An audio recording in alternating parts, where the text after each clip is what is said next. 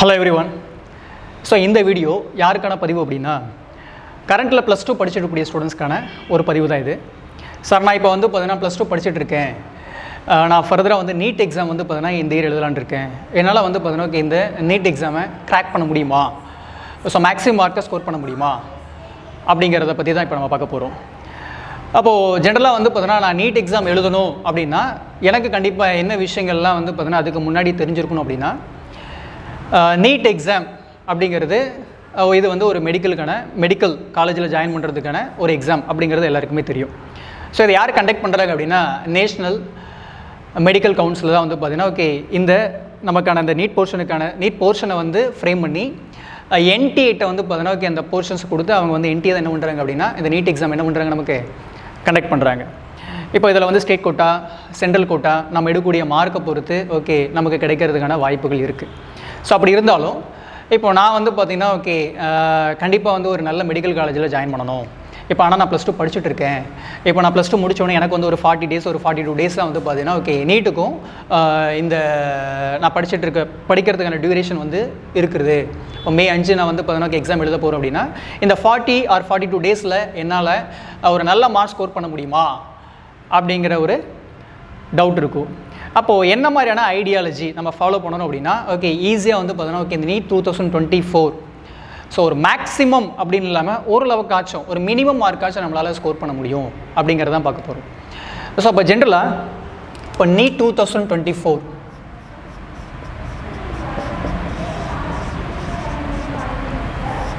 So இந்த எக்ஸாம்ஸில் நீங்கள் ஒரு மினிமம் மார்க்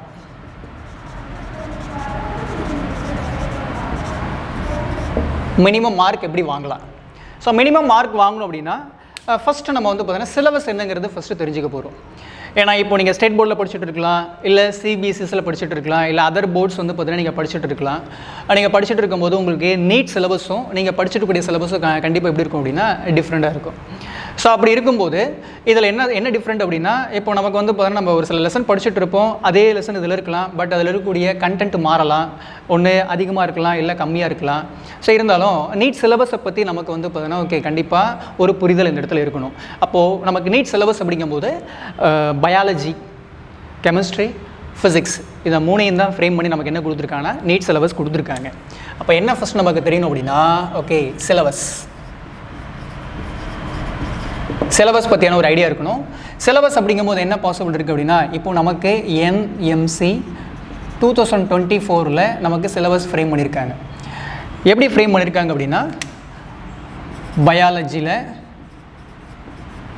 கெமிஸ்ட்ரி, ஃபிசிக்ஸ் இந்த 3 சப்ஜெக்ட்ஸில் என்ன பண்ணியிருக்காங்க அப்படின்னா ஒரு சில ஆல்டர்லாம் பண்ணியிருக்காங்க. ஒரு சில ஆல்டர் அப்படின்னா ஒரு சில லெசன்ஸ்லேருந்து ஒரு சில கான்செப்ட்ஸை வந்து டெலிட் பண்ணியிருக்காங்க, ஒரு சில லெசன்ஸில் கான்செப்டை ஆட் பண்ணியிருக்காங்க, ஒரு சில லெசனை கம்ப்ளீட்டாக என்ன பண்ணியிருக்காங்க அப்படின்னா டெலிட்டும் பண்ணியிருக்காங்க. சரிங்களா? இப்போ கெமிஸ்ட்ரியில் எடுத்துட்டிங்கன்னா கிட்டத்தட்ட வந்து பார்த்தீங்கன்னா நமக்கு ஒரு 7, 8, 9 சாப்டர் பக்கம் நம்ம என்ன பண்ணியிருக்காங்க அப்படின்னா டோட்டலாகவே வந்து கம்ப்ளீட்டாகவே டெலிட் பண்ணியிருக்காங்க. அப்போது இதை ஃபஸ்ட்டு நீங்கள் தெரிஞ்சுக்கணும். நமக்கு ஃபஸ்ட்டு வந்து பார்த்தீங்கன்னா என்னென்ன லெசன்ஸ் வந்து நீட் எக்ஸாம்ஸ்க்கு இருக்குது அப்படிங்கிற ஃபஸ்ட்டு ஐடியா நமக்கு தெரியணும். சரிங்களா? அப்படி தெரிஞ்சுக்கிட்டோம் அப்படின்னா பயாலஜி, கெமிஸ்ட்ரி, ஃபிசிக்ஸு இப்போ எல்லாருக்குமே வந்து பார்த்தீங்கன்னா ரொம்ப ஈஸியான ஒரு சப்ஜெக்ட் அப்படிங்கிறது ஃபீல் பண்ணுறது அப்படின்னா பயாலஜி. அப்போ நீங்கள் என்ன பண்ணுறோம் அப்படின்னா பயாலஜிக்கு நல்லா ப்ரிஃபரன்ஸ் கொடுத்து உங்களுக்கு எந்தெந்த லெசன்ஸ் வந்து நீங்கள் ஆல்ரெடி 11th 12th படித்ததெல்லாம் இதில் சிலபஸில் கவர் ஆகிருக்கு, அது உங்களுக்கு எதெல்லாம் தெரியும் அப்படிங்கிறது தனியாக நீங்கள் நோட் பண்ணணும். சரிங்களா? ஸோ அந்த லெசன்ஸ்க்கு நீங்கள் என்ன பண்ணணும் அப்படின்னா நிறைய கொஷின்ஸ் MCQs வந்து பார்த்தீங்கன்னா ப்ரிப்பேர் பண்ணி அந்த லெசன்ஸை நீங்கள் என்ன பண்ணணும் அப்படின்னா டெவலப் பண்ணணும். இப்போ ஃபஸ்ட்டு நீங்கள் என்ன பண்ண போகிறீங்க, சிலபஸை தெரிஞ்சுக்கிறீங்க. சிலபஸ் தெரிஞ்சதுக்கப்புறம் நெக்ஸ்ட் திங் நீங்கள் என்ன பண்ண போகிறீங்க அப்படின்னா select your favorite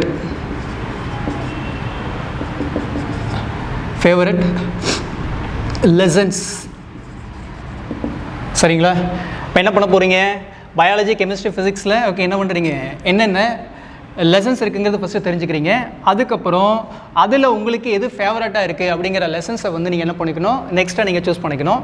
ஸோ அதை எல்லாமே நீங்கள் தனியாக எடுத்து எழுதணும். சரிங்களா? ஒரு நோட் போட்டு அந்த லெசன்ஸ் எல்லாமே வந்து ஃபிசிக்ஸில் உங்களுக்கு என்ன தெரியும், கெமிஸ்ட்ரியில் உங்களுக்கு என்ன தெரியும், பயாலஜியில் என்ன தெரியும் அப்படிங்கிறத நீங்கள் தனித்தனியாக எடுத்து எழுதுறீங்க. அப்படி எடுத்து எழுதிட்டு அதுக்கப்புறம் நீங்கள் என்ன பண்ணணும் அப்படின்னா பார்க்கலாம்.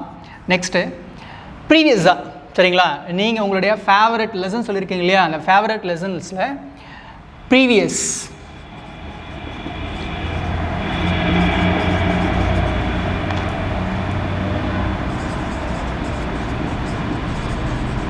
ப்ரீவியஸ் இயர் கொஷின்ஸ் பார்த்திங்க அப்படின்னா, இப்போ நமக்கு நீட்டு நம்ம தமிழ்நாட்டில் ஆரம்பித்தது 2016, இப்போது ஸ்டில் 2023 வரைக்கும் நமக்கு எக்ஸாம்ஸ் நடந்திருக்கு.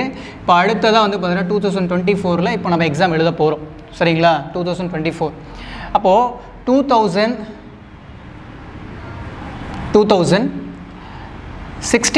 2023 வரைக்கும் ஓகே என்ன மாதிரியான கொஷின்ஸ் கேட்டிருக்காங்க இதில் நீட் எக்ஸாம்ஸில், அது உங்களுடைய ஃபேவரட், சரிங்களா, ஃபேவரட் லெசன்ஸ் இருக்கு இல்லையா, அந்த ஃபேவரட் லெசன்ஸில் என்ன மாதிரியான கொஷின்ஸ் கேட்டிருக்காங்க அப்படிங்கிற ஐடியாலஜியை ஓகே நீங்கள் உங்களால் அந்த கொஷினுக்கு ஆன்சர் பண்ண முடியுதா, ஓகே அது நீங்கள் படிச்சிருக்கீங்களா அப்படிங்கிறத நீங்கள் என்ன பண்ணிக்கலாம் அப்படின்னா ஓகே உங்களுடைய நாலேஜ் ஓகே இதில் எந்த அளவுக்கு இருக்குது அப்படிங்கிறத நீங்கள் அனலைஸ் பண்ணிக்கலாம். சப்போஸ் அது உங்களுக்கு தெரியல அப்படின்னா ஓகே அந்த ஃபேவரட் லெசன்ஸே நீங்கள் என்ன பண்ணணும் அப்படின்னா ஓகே இன்னும் கொஞ்சம் தரவாக படிக்கிற மாதிரி இருக்கும். இது ஃபஸ்ட் ஸ்டெப், சரிங்களா?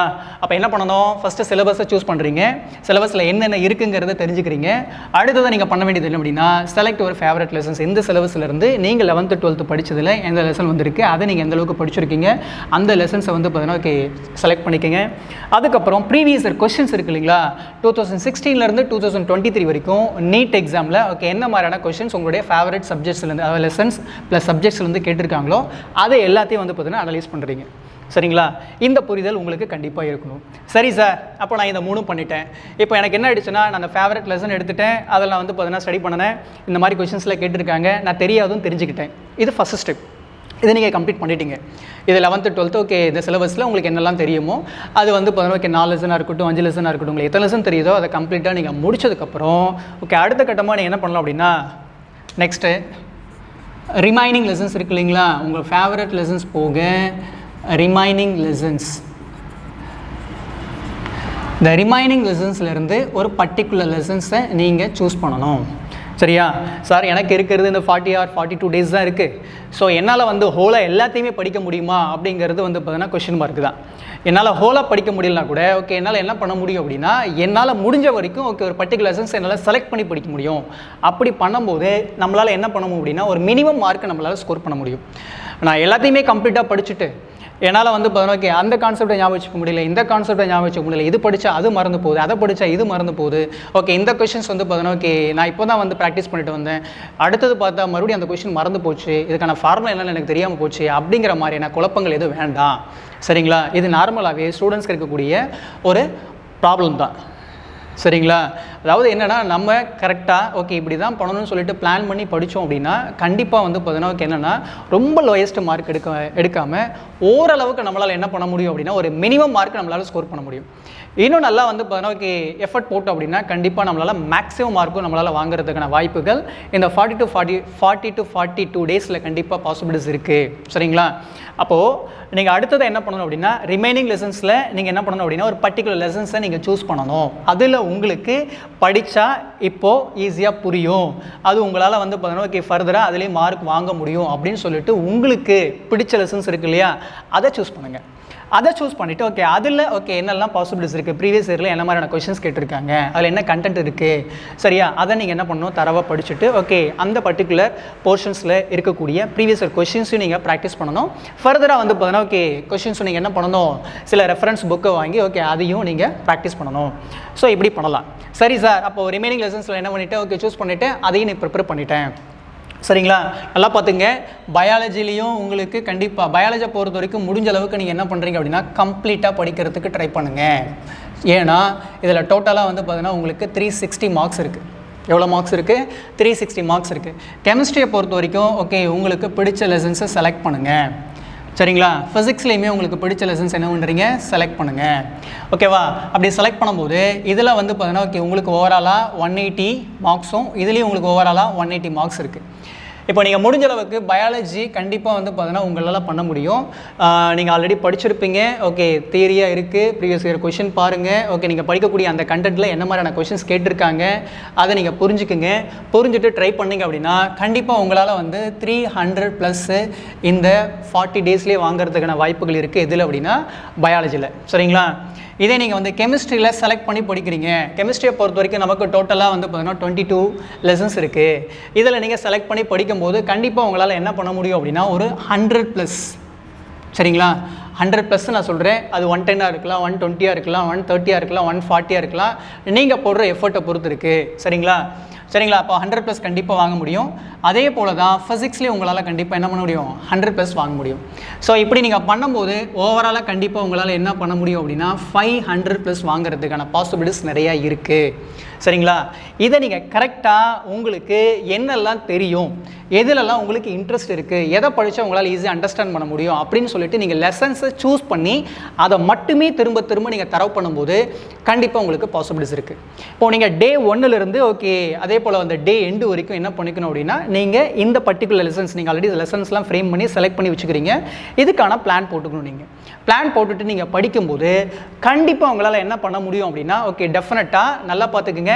நான் எந்த ஒரு பிளானுமே இல்லாமல் எனக்கு எந்த லெசன் தெரியும், எனக்கு எந்த லெசன் தெரியாது, நான் வந்து ஓகே அதில் சிலபஸ் என்ன இருக்குன்னு தெரியாது, எதுவுமே நான் பார்க்காம எந்த ஒரு ஐடியாவும் இல்லாமல் நான் பாட்டுக்கு வந்து ஓகே ஒன்று ஏதாவது ஒரு சென்டர்லையோ இல்லை ஏதோ ஒரு விஷயத்தை நான் பண்ணுறேன் அப்படின்னா ஓகே இல்லை நான் வந்து இண்டிவிஜுவலாக படிக்கிறேன், இல்லை வந்து யாரோட ஹெல்ப்போட படிக்கிறேன், எப்படி படித்தாலும் சரி இந்த புரிதல் கரெக்டாக உங்களுக்கு இருந்துச்சு அப்படின்னா ஓகே இப்படி தான் பண்ணணும்னு சொல்லிட்டு ஒரு பிளான் பண்ணிவிட்டு பண்ணிங்க அப்படின்னா கண்டிப்பாக வந்து உங்களால் சக்ஸஸ் பண்ண முடியும். சரிங்களா?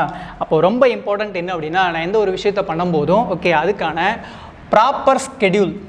சரிங்களா? ப்ராப்பர் ஸ்கெடியூலை வந்து ஓகே நான் என்ன பண்ணணும், ஃப்ரேம் பண்ணணும். ப்ராப்பர் ஸ்கெடியூல் ஃப்ரேம் பண்ணும்போது இப்போது டே 1 அப்படிங்கும்போது டே 1ல் ஓகே நான் என்ன பண்ண போகிறேன், டே 2 அப்படின்னா ஓகே நான் என்ன பண்ண போகிறேன், டே 3னா நான் என்ன பண்ண போகிறேன் அப்படிங்கிற ஐடியா கண்டிப்பாக வந்து நீங்கள் ப்ரிப்பரேஷன் ஸ்டார்ட் பண்ணுறதுக்கு முன்னாடி ஃப்ரேம் பண்ணிக்கணும். ஓகேங்களா? ஃப்ரேம் பண்ணிட்டீங்க அப்படின்னா கண்டிப்பாக உங்களால் எவ்வளோ சாப்டர்ஸ் நீங்கள் வந்து செலக்ட் பண்ணியிருக்கீங்களோ அந்த சாப்டர்ஸை ஓகே கம்ப்ளீட்டாக படிச்சிட முடியும். அப்படி நீங்கள் படித்ததுக்கப்புறம் என்ன பண்ணணும் அப்படின்னா ரிமைனிங் லெசன்ஸையும் சூஸ் பண்ணிட்டீங்க. ஆஃப்டர் தட் என்ன பண்ணணும் அப்படின்னா நீங்கள் ஒவ்வொரு லெசனை கம்ப்ளீட் பண்ண அந்த லெசனை ப்ராக்டிஸ் பண்ணணும். Practice MCQ. சரிங்களா? Practice MCQ. நீங்கள் என்ன பண்ணுறீங்க, சூஸ் பண்ணிட்டீங்க. அதுக்கப்புறம் அந்த லெசன்ஸை நீங்கள் கவர் பண்ணுறீங்க.